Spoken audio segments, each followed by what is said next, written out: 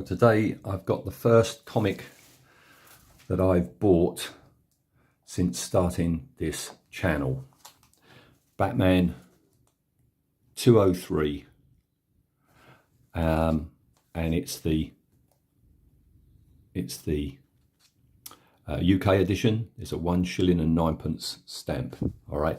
And the reason I chose this, I want to fill in, I think I've said before, I want to fill in the gaps of like from 65 onwards that I've got in my Batman collection. All right.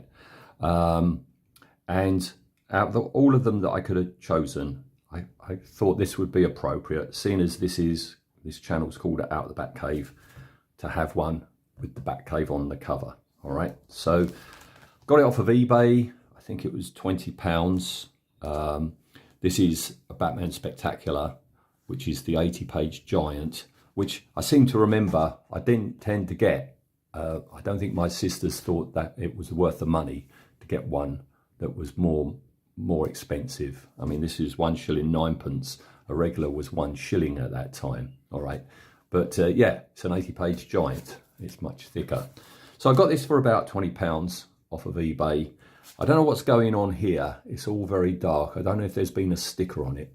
The seller didn't say anything about defacing on the cover. Maybe it's on. Maybe it's in the bag. No, there's definitely something going on in there.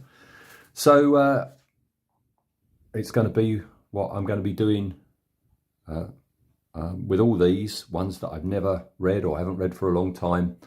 I'm going to open her up, have a flick through, stop there, come back once I've read it. Before we go in there, I'll just say that this image is so very wondrous to me, because that was in a comic. It can't have been this comic, but it was definitely in a comic, and I used to study it and study it and study it when I were a nipper. All right. And what a fabulous cover that is. Look, I love the way they've got their little models, Batplane, Batmobile and Batcopter on a table. I don't know. It says Spectacular, the Secrets of the Batcave. I don't know what's happening in here. I don't know what's going on in here. I don't know if we've got, like, you know, classic reprinted tales that involve the Batcave. That'd be interesting. And as I say, that'd be rather fitting for this channel. Got to put it into a Mylar bag. This is just like a bog standard plastic bag, so it's going to need some help, this comic. So let's take her out, and I'll hold her gingerly because I don't quite know what the condition's going to be. Yeah, it's reprints, all right. Let's just have a look at the date. Oh, it's 1968. So I was definitely having comics bought for me at the time, but I don't think it was this one. So we've got The 1,000 Secrets of the Batcave, The Birth of Batplane 2, The Secret of Batman's Utility Belt. Oh, that's going to be interesting. The 100 Batarangs of Batman, Secret of the Batmobile, and The Flying Batcave. And this is good. What I like about this is, even in these, you know, long ago days, sometimes they would give due respect to what's come before, and they're not just treating the audience as if you're just children, because look, it's saying just when each of these stories first came out. So we've got 1948, 1950, 1952, 1957, 1956 and 1952 again.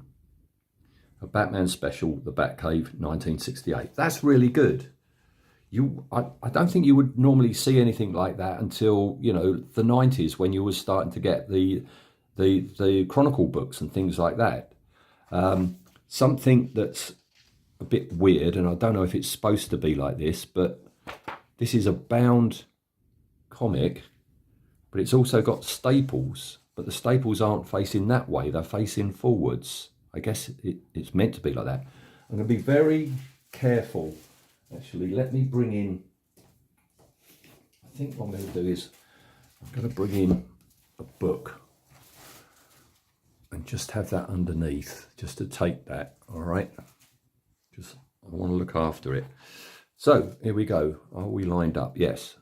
I might have already encountered some of these stories. I've got a number of collected Batman books and guides to Batman stories over the years. So it may be that I've already got this in one form or another.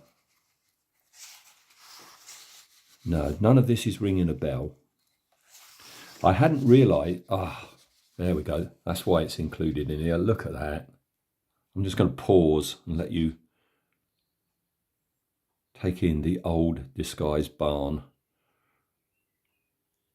and a natural grotto and a spiral staircase. Yeah, this is why it's in here. Hall of trophies. We've already got the penny and the T-Rex. I don't remember this story. Oh, he's the T-Rex is decapitated by the penny. I think what I'm going to have to do, I didn't realise there'd be so many stories in this. I think I'm going to have to review them individually, I think. Or maybe all in one go. The Birth of Batplane 2. Oh, so this is the progression from the bat-faced one to the more sleek jet fighter one. I much prefer that one.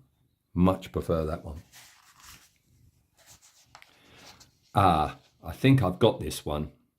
I've got this in a collection. Yeah, I remember Bruce with his blueprints. Yeah, and Bruce and Robin with their planes. Yeah, I've read this before somewhere. But I think it's in one where the stories are collected in black and white. So it'll be interesting to read it in colour. That was a short story. There it is, and in full colour. This has got to be a reprint. Because, yeah, I'm pretty darn sure I never had this. This is in one of those collections as well. Yeah. We'll go into more depth when I come back round to read it. Oh, I haven't got that one, 204. A lot of them. I know I haven't got them, but I don't know what the covers look like. All right, Secret of Batman's Utility Belt. See, I thought that was going to be that little guide there, but no, we've got a whole thing about the utility belts.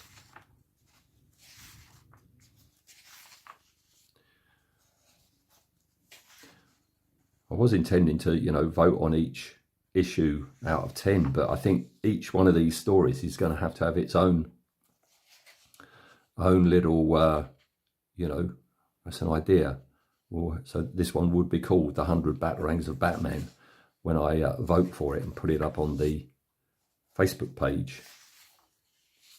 Wow, look at that. All the different types of Batarangs. You can see that in the TV show.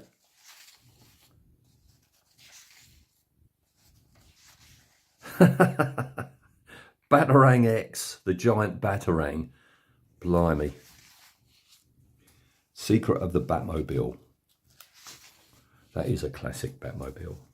Again, that's something I might have to do one day, is my top 10 versions of the Batmobile. This one's definitely up there. Look at it.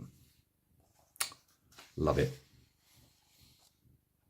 Never had Detective Comics when I was little. It was only ever Batman. The Flying Batcave. Doesn't it look like a dish cover or something like that, or a big fat UFO? Doesn't it? No, there it is. The Flying Batcave. Wonder why we never saw that in a Christopher Nolan film.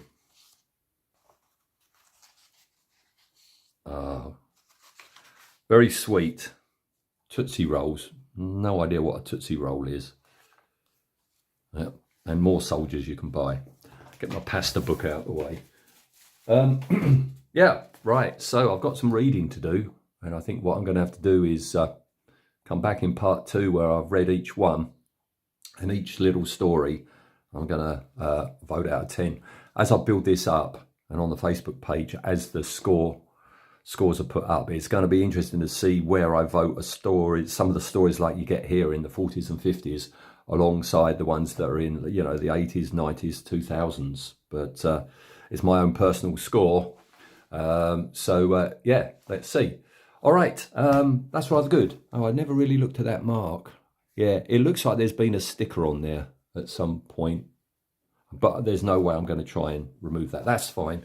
I'm going to put it in a nice Mylar sleeve, and it should be all right. Okay, folks, I don't know how long it will be until I come back, but for you, it's about a second before I continue. Okay, so I have read it, and let's have a quick go through. I'll tell you what I thought.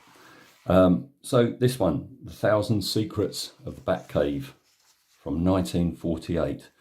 What's amazing in this story is it starts here where you've got Wolf Brando on the run from prison, and in the space of 1, 2, 3, 4, 5, 6 panels, he's escaped, taken a car, climbed in the window of a suburban home. We've got to remember this is early days Batman, no Wayne Manor, no stately Wayne Manor or anything. Suburban home. Yeah, Dick Grayson's doing his homework. He accidentally nudges against the grandfather clock, reveals the steps, and page 2, what, page 3? Let me turn the light on, see a bit better. There we go. I love it. What kind of place is this? Well, there's a big clue. He realises he's actually in the Batcave, and he's found Batman's hideout. Batman, meanwhile, is with Commissioner Gordon, and gets a report that Wolf Brando's snuck into Mr. Wayne's house, and, you know, Batman needs to get away, so he pulls a fuse out of the bat signal, gets to the house, realises, well, if Wolf's not in the house and Dick Grayson isn't in the house, he's got to be in the Batcave. So he goes down the secret exit for the Batmobile and the Batplane, and Wolf's there, and it's like, yeah, I know who you are. You know, you're Bruce Wayne. I'm going to tell the world. But he's startled by a projector being accidentally turned on, and we have a chase then through the Batcave, which is fantastic. Yeah, he uses his Batman's own Batmobile as a weapon against him. He's going to knock the giant T-Rex onto Dick Grayson, but Batman rolls the giant penny, which cuts its head off. He's then poisoned by Joker gas. Batman goes to give him the antidote, knocks him out, and we've got this chase through the Batcave, and it's just balmy. It's just barkingly mad. There's a gondola, which is from the Venice murder case, which they used to go down their underground stream, and there's lots of punting and stuff. And at the end, he says he's going to tell the world, laughs a lot, which scares the bats, and he stumbles backwards into a geyser and is dead. And that's that. So that's story number 1. Very silly, but it's good fun to see the Batcave in such detail. But it's not much of a story. So, you know, with this whole bat rating thing, I can only give it a 4.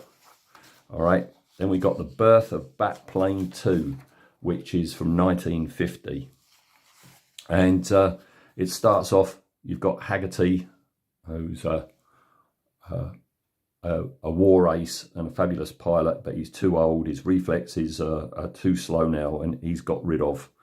Meanwhile, Batman and Robin are there because the Colonel says they've got a new secret weapon and they want to test it out, and they want to put it on the Batplane and use his own personal plane as the test target.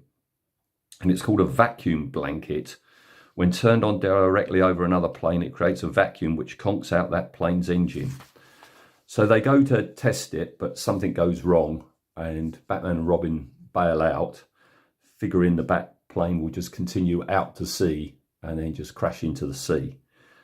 But a freak crosswind spins it around and heads it back to the mainland, and it just so happens to land at an airfield run by these 3 crooked brothers who decide, oh, we're going to copy this and we'll make our own Batplanes and we can rule the crime world. Meanwhile, down in the Batcave, Batman and Robin are coming up with the Batman Mark II, and there's lots of talk about how it can be a submarine as well as an aeroplane. I wonder if that's going to be relevant later on. So yeah, I mean, the story goes on. They've built it. It's got escape tubes at the back. Meanwhile, the crooks are building their own fleet of Batplanes, and yeah, Haggerty's roped in to help the crooks out. And yeah, the story's a lot of fun. You have multiple Batplanes attacking the new Batplane. They think it's crashed, but it's actually turned into a submarine. And yeah, it's all right. It goes on far too long. Haggerty, who's been helping the crooks out, finally sees the errors of his ways, and this last battle was between Batplane 2 and Batplane 1, and that's how it ends. Okay, better than the first one, so that's a 5 out of 10. Just pause for that amazing image of the Batcave and the utility belt. Right, so, and then we get on to the secret of Batman's utility belt. This is basically 24 hours in the life of the utility belt. Because we start off with this guy, this kid called Paul Henson, who's down by the docks and finds the utility belt. Has a look around, starts taking things out. Oh, it's got a tiny microscope and a miniature camera, some stuff in a bottle. But if we go back a few hours, we find out why that was there, and it's because Batman, again, this is a Bampot notion. Batman thinks he's going to die in this coal furnace, and he's got a disc in his belt, which is blank. But if he thinks he's going to die, he puts on this secret chemical, and it reveals the writing, which gives his address. Bruce Wayne, Batman, 224 Park Drive, Gotham City. Because he thinks, if I die, I've got to reveal to the world who I was, because otherwise criminals might take over the role of Batman. All right, but Robin comes along, saves him. It's not till he gets back to the Batcave he realises his belt's gone. Meanwhile, Paul is throwing away all the things that Batman has and filling it with his own things. He's got Indian nuts, marbles, and his pet chameleon he's going to use in his belt. Batman looks at a bit of soil, because they've been back to the docks, finds a bit of soil and says that it's high grade of topsoil, could be from an athletic field. Dick, have a look at the school. It might be somebody who goes near the athletics field. And sure enough, Dick sees Paul, who's wearing the utility belt. But before he can do anything, Paul's off to rescue Jimmy, who's fallen through the ice. And by throwing the belt, a little rope comes out and it saves his life. Told you it's Bampot. While this is happening, there's an extremely interested member of the underworld watching it who goes, hey, that looks like the Bat Belt. And yeah, accosts Paul. There's a struggle. Batman comes along, just so happens to come along, and the belt falls off the bridge and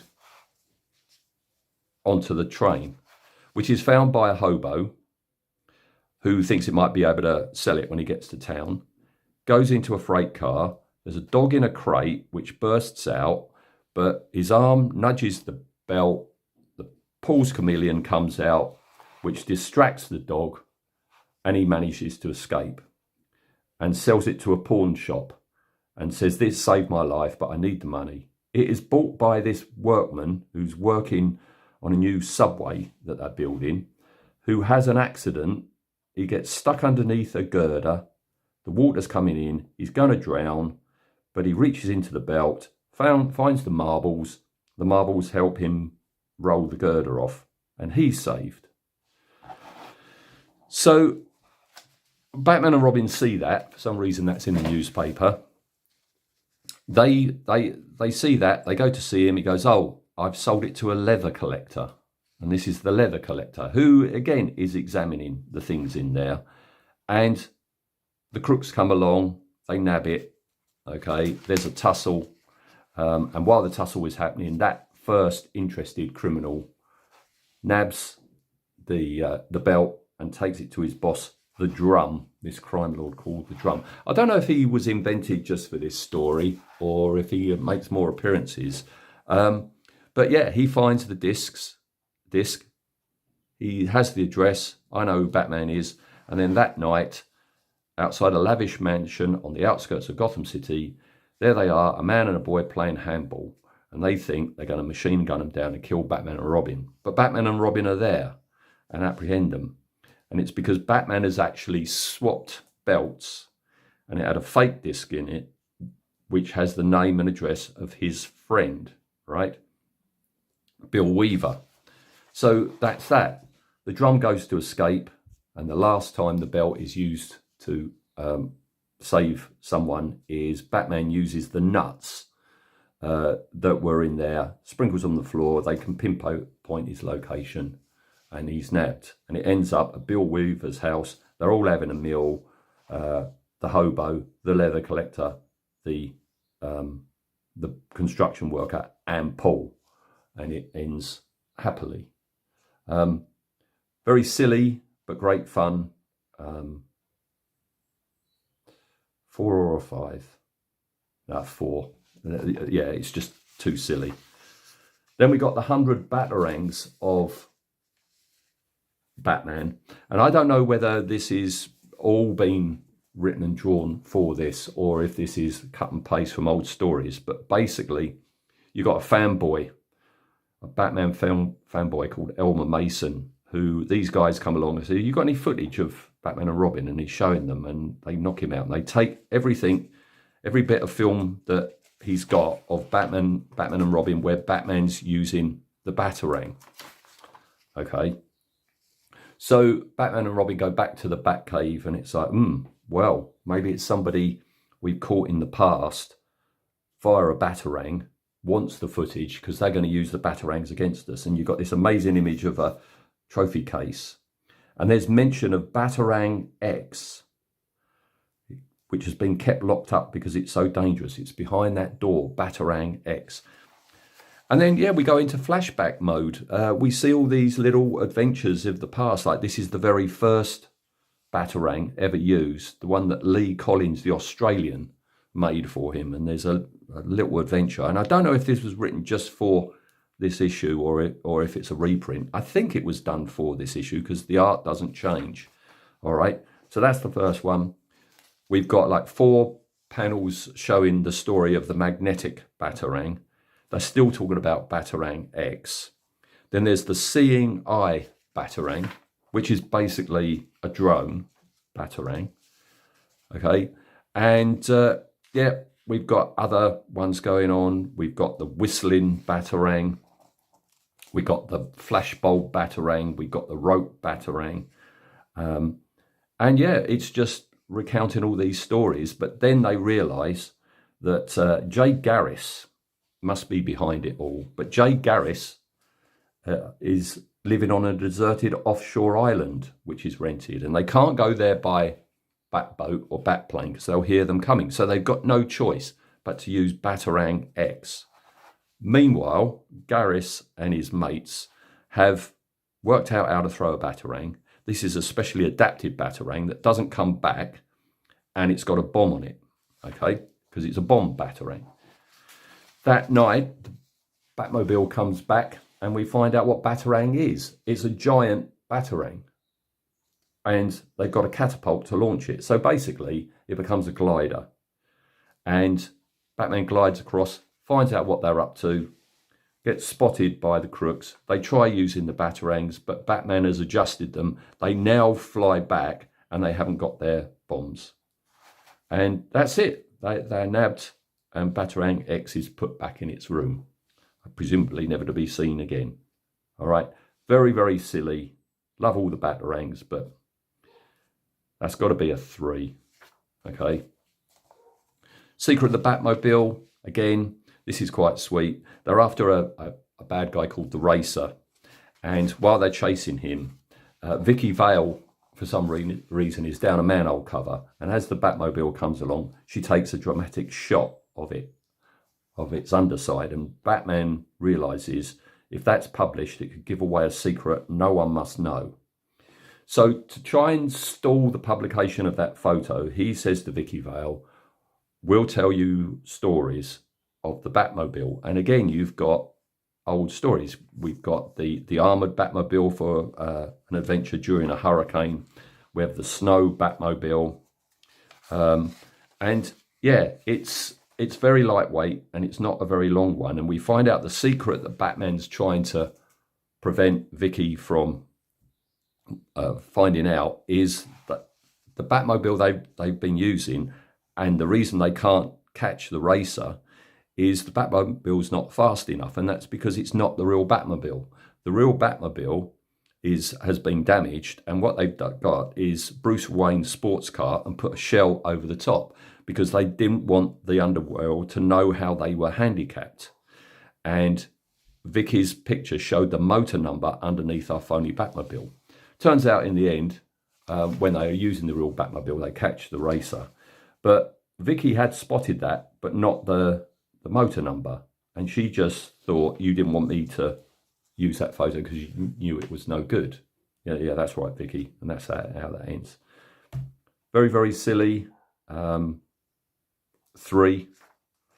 And then the Flying Batcave. I only know of the Flying Batcave from the Eaglemoss. You can buy it, get an Eaglemoss Flying Batcave. This is really weird. Robin gets kidnapped. The kidnappers say, we'll give him back, but on the agreement, neither of you set foot in Gotham for a whole week. Batman signs it, and the crooks say Batman never breaks his word. He cannot set foot in Gotham City. So, well, what does Batman do? Well, he calls the Randolph Company. He wants 50 tanks of helium delivered to the Ward building, and he creates a flying Batcave, because with the flying Batcave, they can hover over Gotham City and interrupt the crooks' plans without actually setting foot. The crooks realise this, so they go underground. So in the flying Batcave, they've got the Batosphere, so they can go underwater. They're still not set on foot. It's all very, very silly. For some reason in this flying Batcave, they decide to bring along their most valuable trophies in the Batcave, and they use the giant penny to actually thwart the bad guys at this bit. And, it's just a very silly story. That they're finally apprehended because they actually do parachute down and they land and catch the crooks. And it says, Gotham will know you broke your word. You had to set foot in the city to stop me. But Batman says, sorry, but you're wrong. This is a United States Post Office building. It belongs to the federal government and is not part of the city. I haven't set foot in Gotham City since I left. And it's left with another trophy, parachutes used to escape from the Batcave. And that ends. And that is a very, very daft story. And that only gets a 2. Okay, so... not very high, the ratings so far in these early days of this channel, but a great issue. Glad I've got it. Shame about the smudge again, but this is going in a nice Mylar sleeve now, and I'll look around for a more up-to-date one for my next little flick through.